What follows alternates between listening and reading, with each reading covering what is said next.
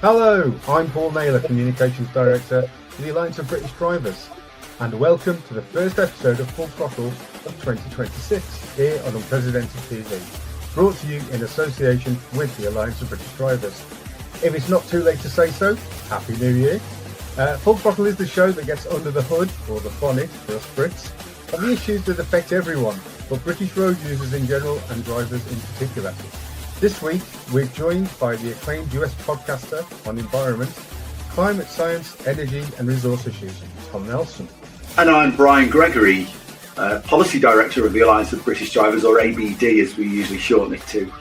As Paul just indicated, this week we're joined by acclaimed US podcaster on climate science, energy and resource issues, Tom Nelson. Tom has interviewed many of those I consider to be luminaries of climate science and energy generation realism over a significant series of podcasts. Some of them, like Catherine Porter, we've also hosted here on Full Throttle.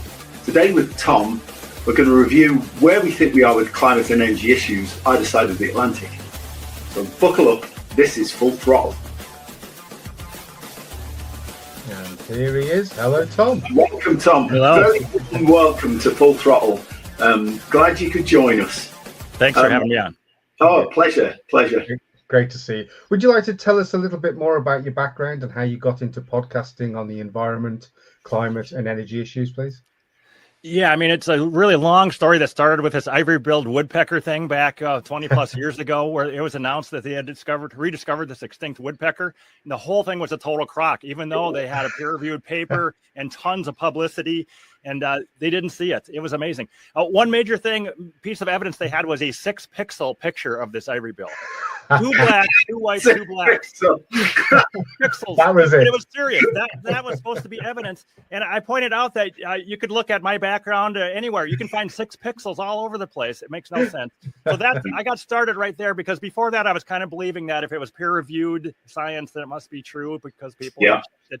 Yeah. But at that time, somebody wrote to me and said, Tom, you should check also into the climate thing, because it's the same deal where there's no evidence to back up any sort of climate crisis. And then within about a day of checking into that for myself, I found out it's true, that every single alarming thing they say, every alarming thing is baloney, all of it. So I started blogging, and I was on Twitter, and I started doing Twitter Spaces. And then in 22, I started doing podcasting, and I've done I've done a little over 360 podcasts. And very interesting. And you've interviewed a lot of interesting people like Dick Lindzen. I'm not sure you've done Tom Coonan, there's a whole panoply of climate realist Steve Coonan and others who are basically, and Chris Wright, your energy secretary, who really understand energy well and understand the complete ludicrous nature of the theory that's supposed to underpin the crisis. So I didn't have Chris Wright on yet. I want to. Okay. Well, yeah, but he's doing a good job without any prompt interview. He's doing fantastic. He's telling it like it is. He's not mincing his words, and I love that. There's much more of that now, where people are speaking clearly. Yeah, the time for mincing our words with these people is long past. We just need to take them head on and take them out, basically, in a conceptual sense, not in the practical sense, the FBI kind of sense. The thoughts of Brian Gregory aren't necessarily those of Paul Naylor. There you go. Maybe my expression was a bit inappropriate there. Anyway. I think what I tried to put together a sort of slide pack of what the climate thing's all around. And I mean, my background originally was I was in the chemical industry for over 30 years working in titanium pigments, which is a huge user of energy. And when all this stuff started coming out about carbon dioxide being bad for the environment, I started digging into it because I couldn't see the sense of it, not least because man-made emissions are such a small proportion of the total. Nature's massive. There's, I don't know, it's more than that. It's about 900 gigatons or so of natural emissions. There's only about 40 of man-made emissions.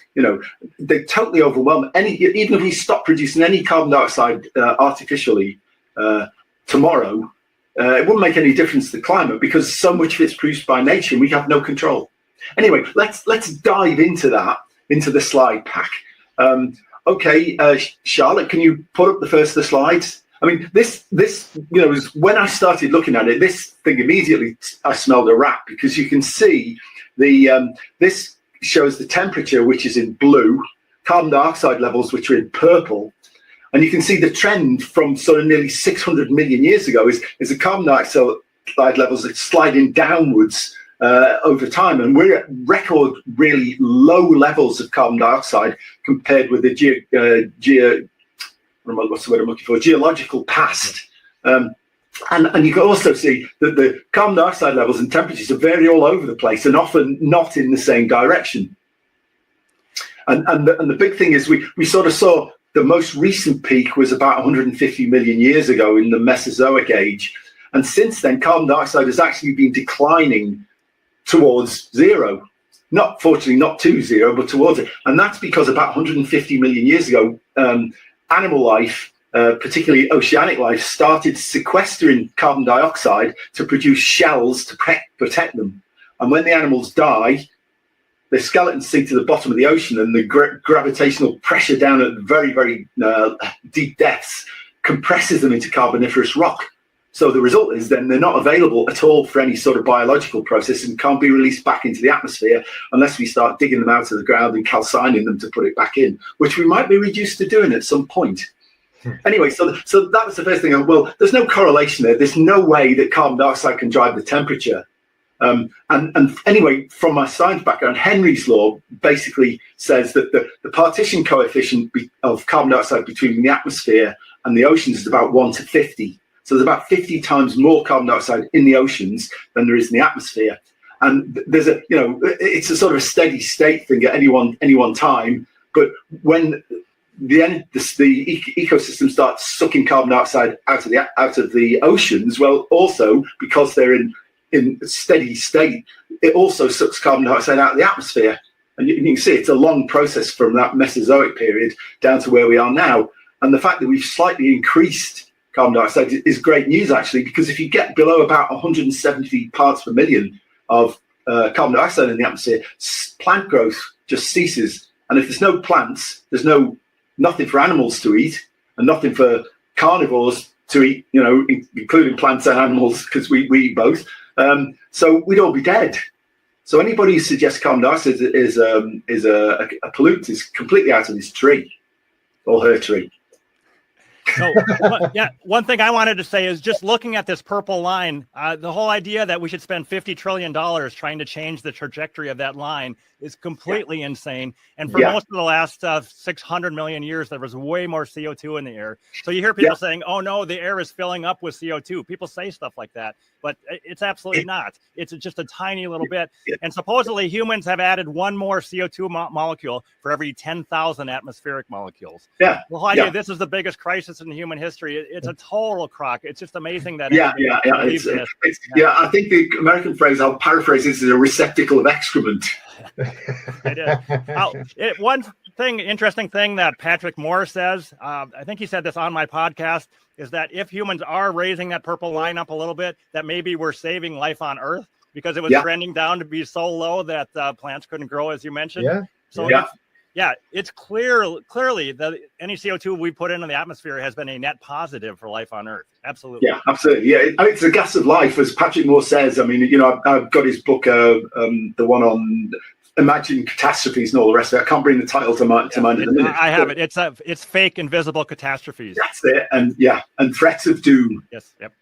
We're all doomed, as we used to have a program on with a guy called Fraser in Dad's Army, and that was what he said all the time.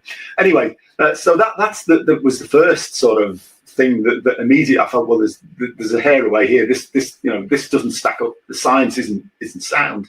And if we go on to the next slide, Charlotte, please. Can I bring up one point there? I just throw in one more thing, is that when people are trying to make plants grow in greenhouses, they spend good money to raise that number up to more like 1,200, about 3 times as much.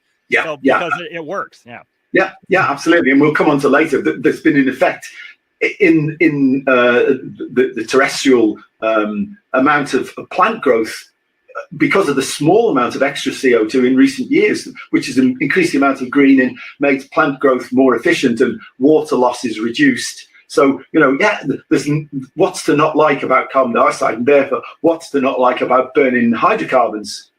Because the product from burning hydrocarbons is carbon dioxide. And the more we have in the atmosphere within reason, the better.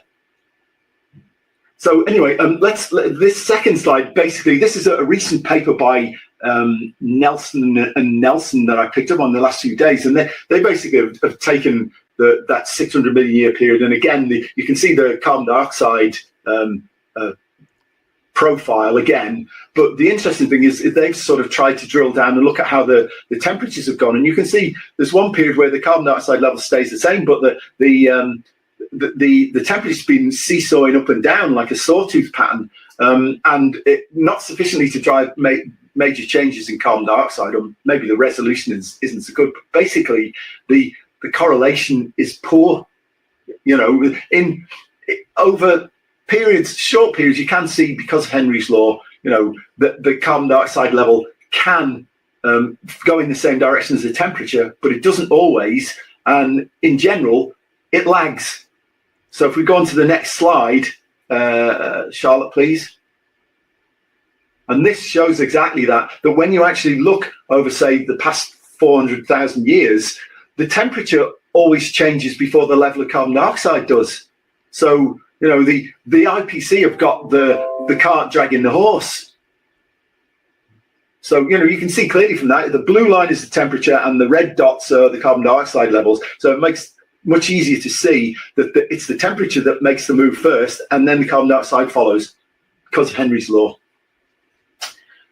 Okay, so we talked a little bit, if we move on to the next slide, we talked a little bit about how much CO2 there is in the atmosphere and how much of it is man-made. Well, the left-hand block is the atmosphere in conceptual sense. The small block on the top right-hand corner is greenhouse gases, of which water vapor is the predominant one. It's responsible for anywhere between 75 and 90% of the greenhouse effect. Carbon dioxide is responsible for the rest, but we only produce about 3.5% of the carbon dioxide that's in the atmosphere, and the rest is natural. So, as you say, tinkering about with our emissions, it's not going to make a blind bit of difference. One fun thing about this diagram is that there's way more argon more argon in the atmosphere than carbon dioxide. It's an inert gas, and there's a lot more of it, as you say, than there is of carbon dioxide. But because obviously the climate lobby can't sort of scaremonger on argon because it's essentially a noble gas, it's inert, they've picked on carbon dioxide because all of human development in the last probably 150 years has been based on hydrocarbon combustion, one way or another. And the easiest way to control people is to invent some crisis so that we have to control carbon dioxide, because you're then ultimately controlling industrial development and energy generation. And it just, the thing doesn't stack up. If we go on to the next slide, we go into the actual physics of carbon dioxide in the atmosphere, and it's a logarithmically declining curve. The first 20 ppm or so of carbon dioxide contributes almost all the warming. Any more you add, it has a diminishing effect with increasing concentration. So we're at the stage now where we're at 420 ppm or thereabouts, and to get another half to quarter of a degree, because that seems to be what the clever science is saying now.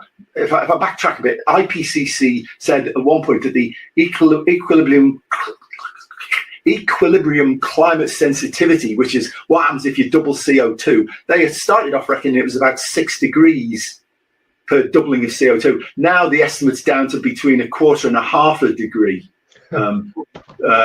for every doubling. And so, in other words, to get an extra sort of 1/4 to 1/2 degree, you have to increase the atmospheric carbon dioxide to 840 parts per million, or roughly. And to get another increment to 1/2 to 1/4 degree, you've got to increase it then to 1680 and so on. So, those sort of numbers are not achievable anymore because too much of the carbon dioxide in the ecosystem is locked up in the bottom of the oceans. We can't access it.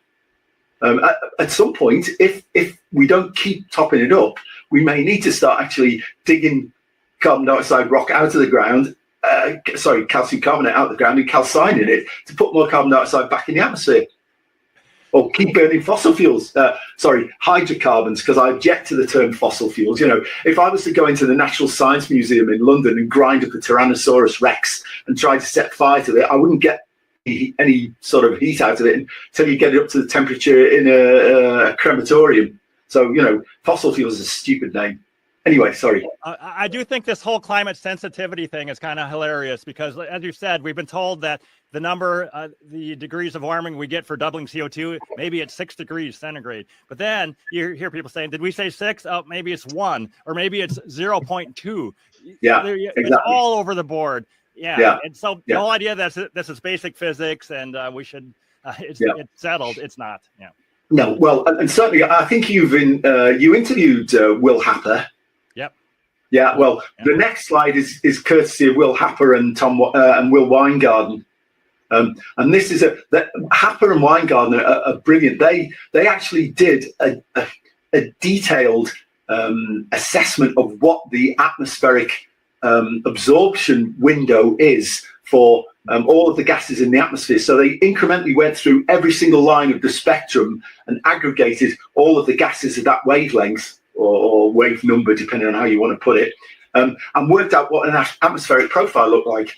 And the purple curve, I don't know if you can, I'm not sure, I'm not sure, obviously, but the purple curve is a sort of perfect black reflector, Planck reflector, as it's called, but obeying Planck's law. What happens when you put water into the atmosphere is you get the lower curve, which is the black, really wiggly one. If you didn't have any CO2, then that black curve would follow the green bit through the middle and then drop back down to the other absorption curve. So essentially, the effect of CO2 is captured by that big, deep dip around just after sort of 600 reciprocal centimeters, so thereabouts, 700 maybe, wherever it is. So if there was no carbon dioxide, then the world would be colder because there wouldn't be as much absorption. When you put the current levels of CO2 in, which is the continuation of the black line, you can see it causes a big dip. And as I said, the first 20 parts per million of it produce most of that. And if you double the carbon dioxide from current levels, and they did the maths to do that, what you get is the red line. And you can see the red line is virtually indistinguishable from the black line, the 400 parts per million level that we're currently at.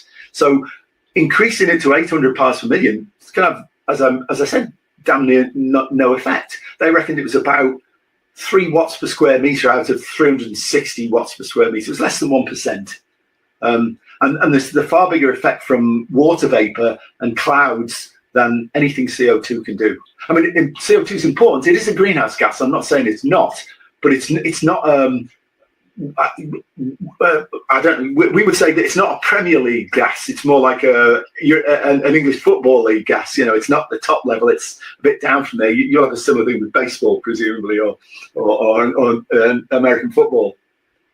So anyway, I mean, because you've interviewed Will, I'm sure he talked you through this. Brilliant science. By the way, I was just going to use that word. He is brilliant. He is humble and brilliant. Casual brilliance is some people describe him that way. I love the guy. But again, it's so crazy to think of spending $50 trillion to make the red line look like the blue line or look like the black line. Take the red line. It's almost in the same spot. So you change it, like drive industry out of Britain to try to make those lines look the same. it's completely bonkers, of course. Yeah. Well, the company I used to work for has a factory. It's only sort of 20 odd miles from where I live, and that factory has been taken over by the Chinese, who are pouring over it, no doubt extracting any technology and know-how that they can back to China. And I'm sure they will shut this plant down because the energy costs here are about 6 times what they are in China. Is it 4 or so the ratio at the moment for US? And it's basically driving UK industry out of business, and the government is just sitting twiddling its thumbs instead of doing something about it. Yeah, so there's so much wealth and so much power is riding on this scam. Yeah. So much. Yes. Yeah. And that's the problem. That there's so much vested interest that is actually propping up the receptacle we mentioned earlier, because the science is absolutely dreadful. Yeah.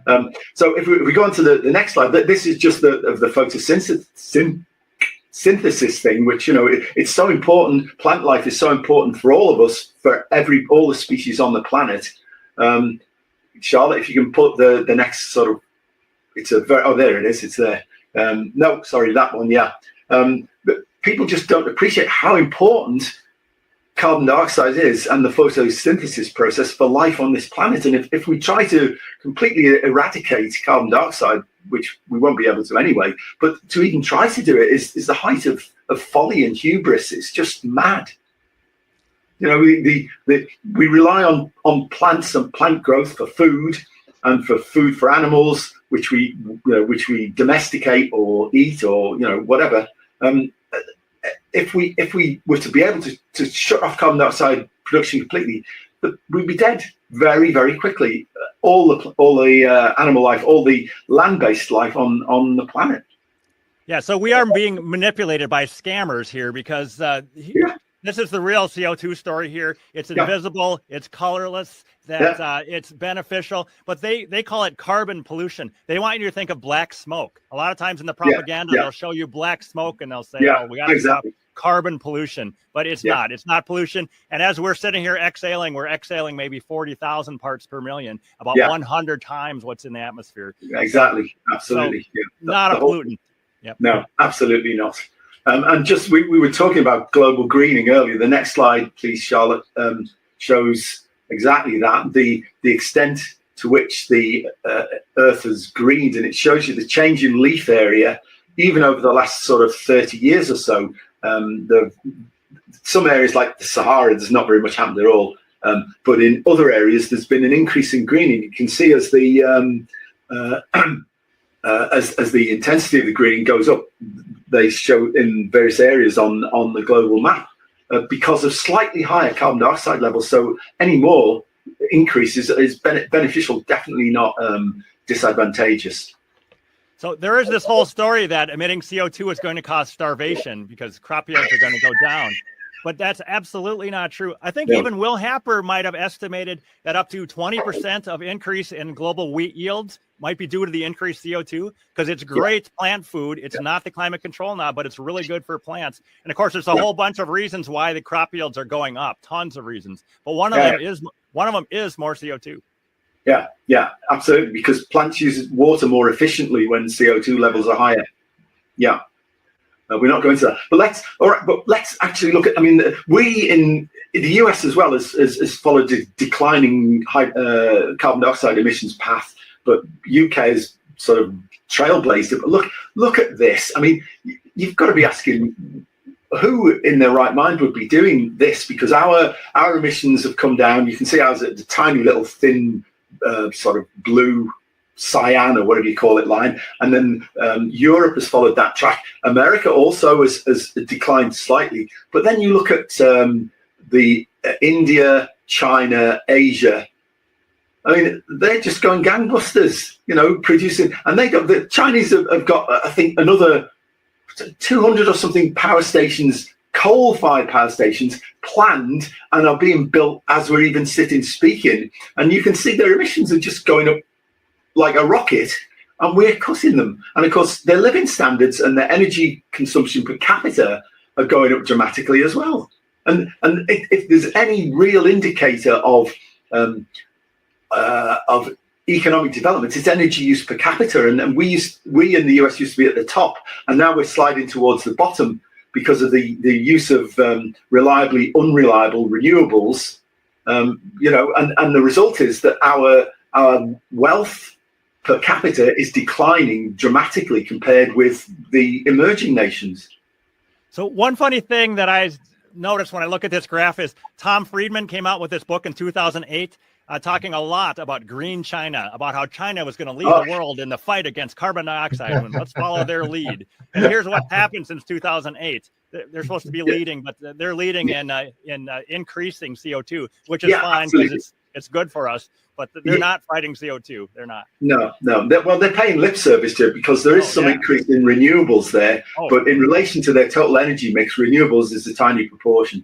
It's hilarious. Yeah, whereas here we're going the opposite way. And we've got to the point where we've got so much solar and wind energy generation in the UK that most of the time the producers are being paid to curtail generation because we can't accept it on our grid.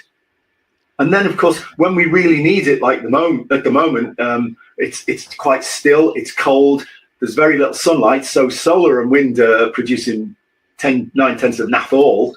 And they want us to produce more of this to make the grid even greener, so even more likely to fall over. I mean, Catherine Porter must have, taken you through this and basically explained that the more renewables you get, the less inertia you've got in your system, which means any small changes can just topple a whole lot over, like in Spain and Portugal. And yet our energy minister, Mr. Miliband, is committed to getting more and more renewables, and we already can't take full advantage of the renewables we've got. We'd be better reducing them down and increasing energy generation from combined cycle gas turbine and from nuclear, neither of which we're doing with any great enthusiasm. Catherine Porter should be your next energy minister. I mean, she's fantastic. That would change so much. It's so critical to make sane energy decisions, and she would make those.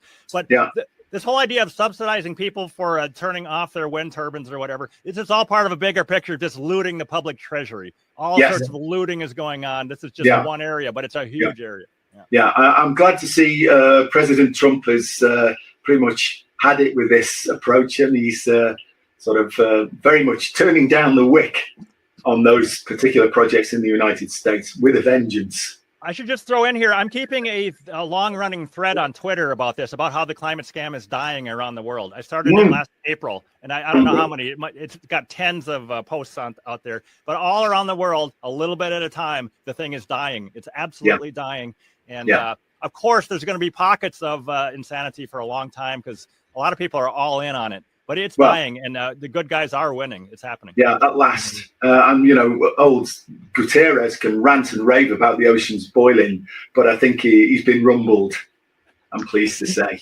Of course, the ridiculous thing about all this is that the renewables that we're using, the windmills and everything else, are being produced by coal-powered means over in China and other countries. So they're rubbing their hands together. They're getting the big contracts to produce these things. They're probably laughing as they're wrapping them in cling film and cardboard and sending them over here. Exactly. And sending them by diesel freighter across the world. Exactly. It's an absolute nonsense. If somebody had told me this was how the world was going to be 30 years ago, I'd have said, you're joking. No way. No, absolutely. It's almost like we've succumbed to guilt for all our achievements, and we're now giving and giving and giving to people that, when the shift of power, which is probably already well on the way, but when the shift of power finally comes to fruition, they're never going to want to do the same back for us. They're never no, absolutely not. It will not become a competitive world. We will become effectively what the third world was 40, 50 years ago. But I mean, if you look at the objectives of some of the people in the UN who are driving this, there's not Guterres, it was a woman, not Lagarde. Figueres, I don't know how to pronounce it. Christiana. Her and another guy called Ottmeyer were basically saying that the objective of climate policy was not to actually change the climate, but to redistribute wealth. and to bring down the free enterprise capitalism system. So they've got political objectives.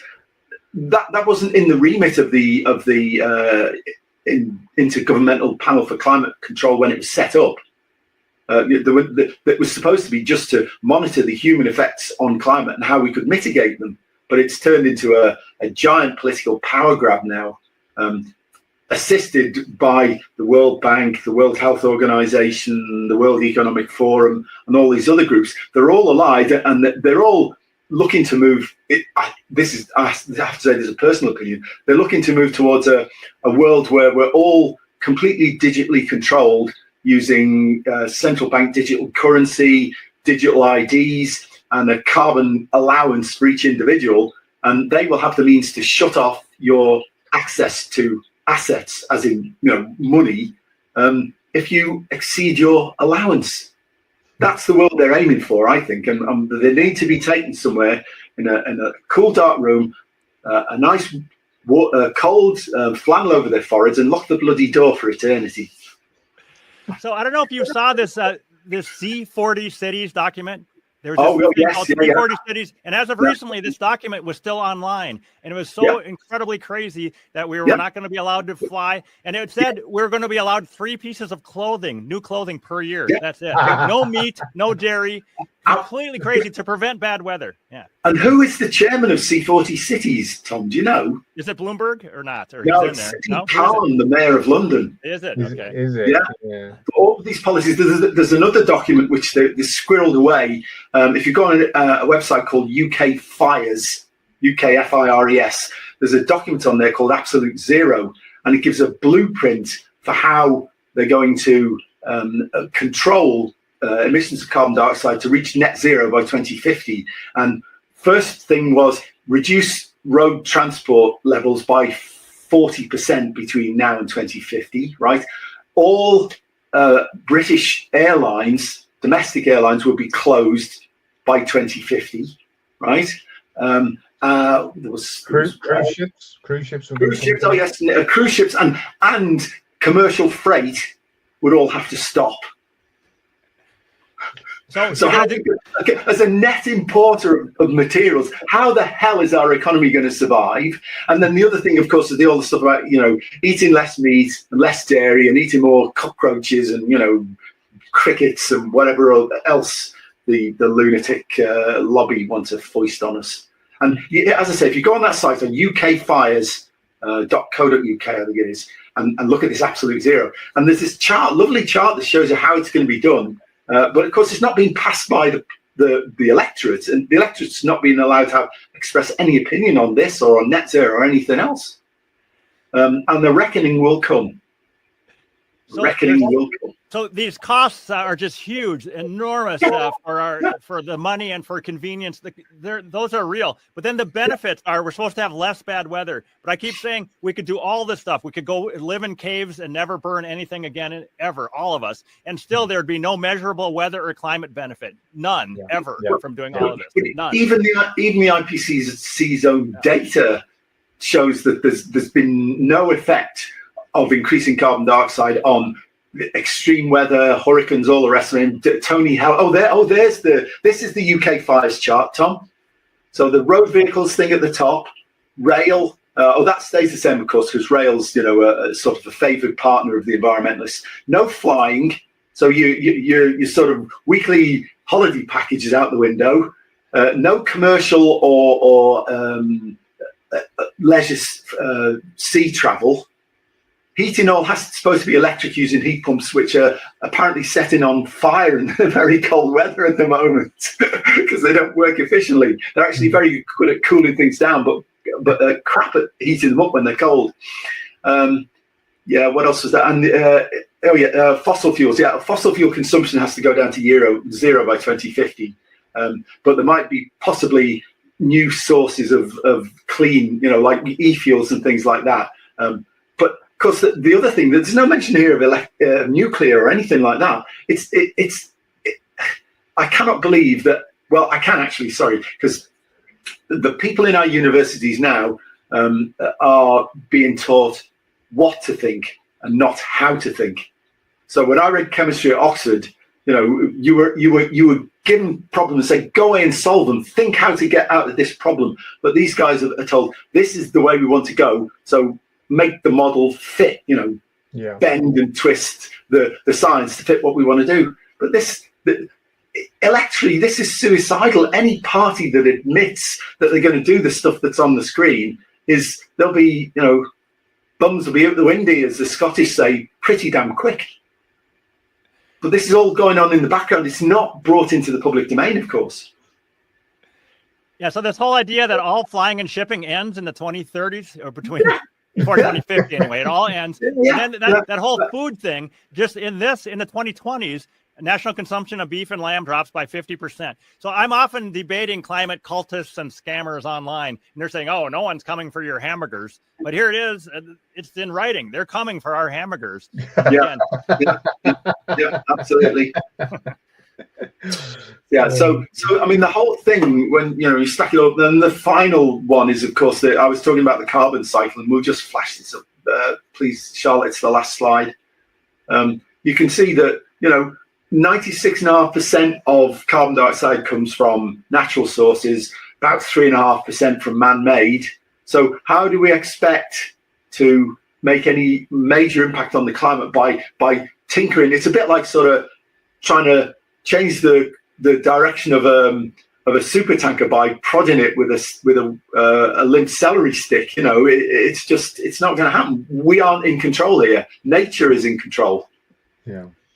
Yeah, there's a great quote from the late, great Tim Ball from quite a while ago. He's passed away. He was fantastic.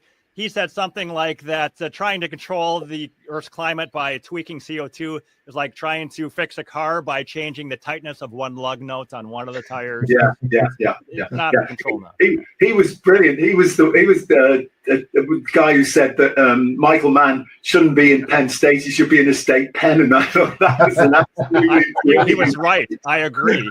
Yeah. And of course, he's lost his tenure now, man, hasn't he? At last. His transgressions have started to catch up with him. I hope so. Yeah. Because we have a broadcaster called Mark Stein who got lost his job basically as a result of some broadcasts he's made, but also because Mann was pursuing him for huge amounts of money for defamation. And in the end, Mann's ended up on the wrong end of that. Now I think he owes about $1 million in legal fees and all sorts of stuff. Apart from having lost his tenure at Penn State. Yeah, tyrannis, as I think it was what Will Booth said it, unfortunately, about Abraham Lincoln. But as far as I'm concerned, it fits entirely for Michael Mann. It does blow my mind that Michael Mann got away with straight up fraud for so long. But those days are ending now, which is good. Yeah, absolutely. Yeah, so really good. How are we doing for time? Oh, we're good. We've got 38 minutes on the clock because that's what we've clocked up. That's not too bad. So, I mean, I'll just throw it home now because that was just to sort of throw the thing home. How worried do you think? Let me check. Has the arrival of Trump and the change in sentiment about climate and energy and stuff affected the Democrats' position on this? Because they were very much gung-ho going down the same route as our government when Biden was in control. And there were, permitting regulations were put up so that basically anything that involved hydrocarbons had no chance of progressing. And wind turbines and solar arrays were being chucked up willy-nilly all over the place, just like they are still in Britain. That's moderating now, is it? It is actually. Some sort of a policy document came out recently from the Democrats saying basically that this is so unpopular now that it's a vote loser, and let's not talk about it as much and not talk about it at all, because it is a huge vote loser. And I do think that's the way this whole thing is going to end globally, is that it's not that the people are going to come out. The Michael Mann's not going to say, oh, I'm sorry, it was all fraud. In general, people are just going to stop talking about it. And I'm seeing that. I'm looking at Google Trends to see if people are searching for climate crisis anymore. And they're not as much. So it's just going to fade away and people are going to get interested in other stuff. And then a lot of people who were all in on it as of 2 years ago, in the future, they're going to be saying, I never really did believe in this scam. It was, I never believed in it. We're going to hear a lot of that. If they break it all. Well, in effect, that was an admission from Gates, wasn't it? Really, that climate change is not an existential threat, which is stuff that Guterres and all these other crazies in the UN have been saying for ages. It's never been and never will be an existential threat. Yeah, not at all. Of course. I mean, Richard Lindzen says all sorts of stuff along those lines about how it warms a lot between morning and 2 p.m. and then nobody dies. And just a natural variation in individual years in New York City. Some years a little warmer, some aren't. That swamps any CO2 effect. So life on Earth is it's not fragile. It's not like everything that any species are going to go extinct if the temperature fluctuates a little bit. Because they would have already been extinct because the temperature has fluctuated. So if they're still around, that proves that they can handle it. Yeah, absolutely. And I mean, the whole of, we've not been here for, as a sentient species for, a significant proportion, but not a very significant proportion, the last 4.5 billion years. But in the period we've been about and reasoning and thinking, we've been in the business of managing our interaction with the climate to adapt to how the climate changes. And that's what we should continue to do. I mean, even I think World Bank says that the cost of mitigating climate change is a lot less than the cost of trying to achieve net zero. I think their estimate was 1.7 trillion or something, I think, compared with the cost. I mean, even in the UK, the cost if we were to try and achieve net zero is apparently, the figures vary between net zero, what you reckon it's about 3 trillion, which is one year's GDP for us, roughly. But McKinsey, they said it could be as much as 15 trillion, the McKinsey consultancy. So, I mean, 15 trillion, even over 30 years, $500 million a year for 30 years. That's a huge, weight. It's roughly a sixth of our GDP being splashed away on net zero projects when we've got zero growth. Well, 0.1% or something. Whereas growth in the US is 4-point-something% now under Trump, 4.2, I think. So who's got it right? But the whole idea of even achieving net zero is dumb because it's not an achievement. It's not something that we should try. If it costs 10 pounds to do it, we still shouldn't do it because it doesn't make any sense. Absolutely. Yeah. And one thing I wanted to throw in here is on my podcast, I've had such a great time interviewing or talking to people who are experts in their area, like Peter Ridd on the Great Barrier Reef. I've had him on a couple times. He's fantastic. The whole idea that CO2 is killing off the reef, he says, of course it's not. The reef is doing great. It's been there forever. It's been there, not quite forever. It's been there a long time. It's not harming it. And I then had Susan Crockford on to talk about polar bears. Had her on a couple times. She's fantastic. The whole idea of CO2 is harming polar bears. It's not harming them at all. Not one single bit. And they've been around, a couple 100,000 years. They've lived through really warm times where there wasn't ice, and they've gotten through it all. They're doing fine. There's way more polar bears now than there was during the cold period in the 1970s. I think in some places, I think that some have actually got to Iceland, and they're talking about culling them because they're becoming a threat to humans. Yeah. And this whole idea that polar bears would like there to be 10 feet of ice in the Arctic and completely frozen over because that would be so great. There wouldn't be any food up there. They need some warmth so that there's some food.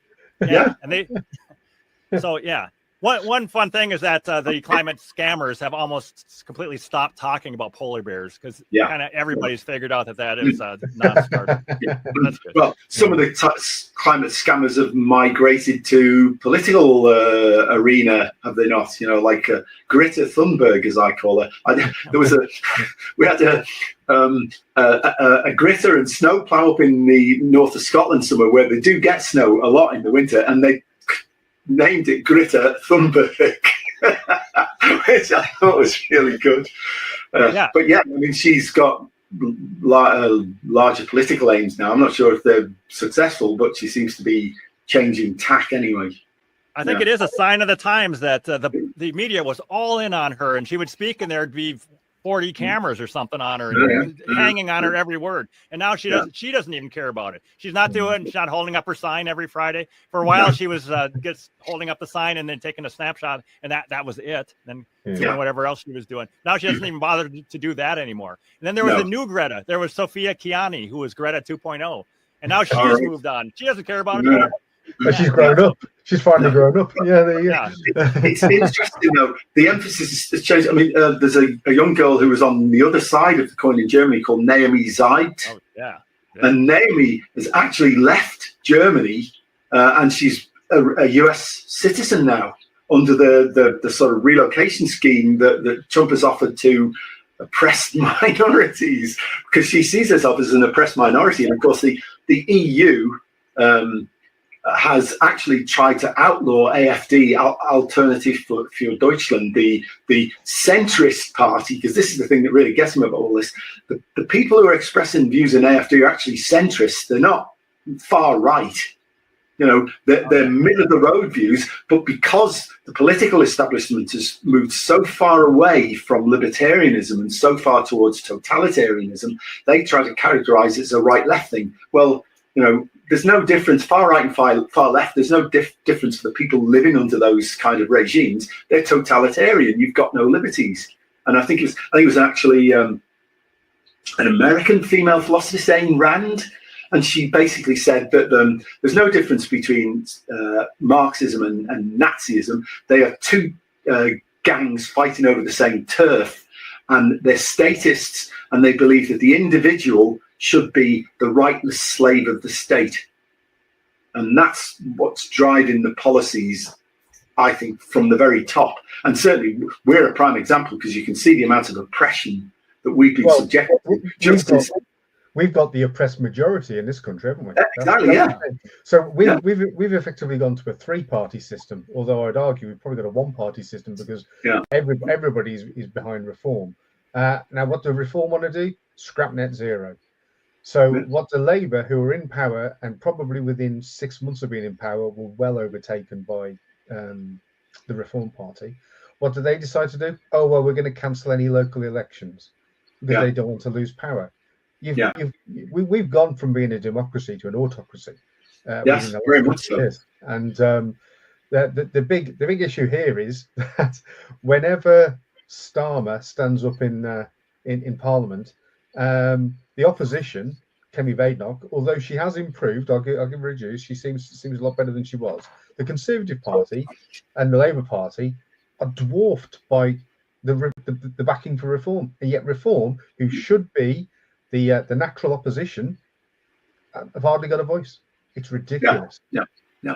And it's interesting that Starmer recently said, and I apologise, this is UK politics, but he recently said he wouldn't lose any sleep if the Conservatives were to get back in power, but he would lose, he would be he'd become an insomniac if Reform got in, because they're right wing, so centrist in effect. He's a human rights lawyer who believes in the law but doesn't actually believe in ethics and morality. So just one kind of one unrelated thing I wanted to throw in here is that I've been a student of what's going on Twitter and on social media for a long time. And it's so heartwarming to me that there's been such a change in the zeitgeist out there that for a while it was hard to find people who were into the climate scam. And now Al Gore put up something about how we're all going to die or something, and there was almost no support. Just over and over, it was people saying, you're an idiot. There's no climate crisis. There's a huge change. There's so many people who are posting well-informed pushback, saying, here's a graph, and here's an article, and here's the real data. It's wonderful. This freedom on social media is huge. On Substack, on Twitter, etc. It really is a big deal. Yeah, but I mean, of course, the problem we're facing now is that the UK is trying to shut down a lot of websites. I mean, even I can't access our website if I use my internet service provider. So I can get onto the website with my phone. Yeah. If I don't go through Wi-Fi, if I go through Wi-Fi, my service provider is operating internet content filtering, and I can't get onto our website. Wait a minute, your own website is filtered? Yeah, by requirements of the government, and loads of our supporters and whatnot can't get on it unless they just use a phone and go in, avoiding using Wi-Fi. Yeah. Wow. So this is not a free democratic country anymore, unfortunately, at the moment. Well, I guess people are getting thrown in jail for tweets. Is that a thing that's happening? Absolutely, yeah. That happened, yeah. So people are being thrown in jail for hurty tweets, and murderers and rapists are being allowed out of jail because there's enough room for them. Yeah. Not the sign of a well-run or sane country, actually, I'm afraid. It pains me to say. And as our producer points out, someone was arrested this week for feeding pigeons when they didn't even actually feed the pigeon anyway. But to be arrested for feeding pigeons is crazy. Wow. I tell you what, don't walk around with a Greg's sausage roll because you'll be no, that's it. The seagulls will have you. There'd probably be a death sentence for dropping crumbs, but you just get a slap over the wrist for, major crime. Yeah, it's absolutely, it's a topsy-turvy country we're living in at the minute, Tom, and there are a lot of people who are very, very unhappy and will eventually get to wreak vengeance politically.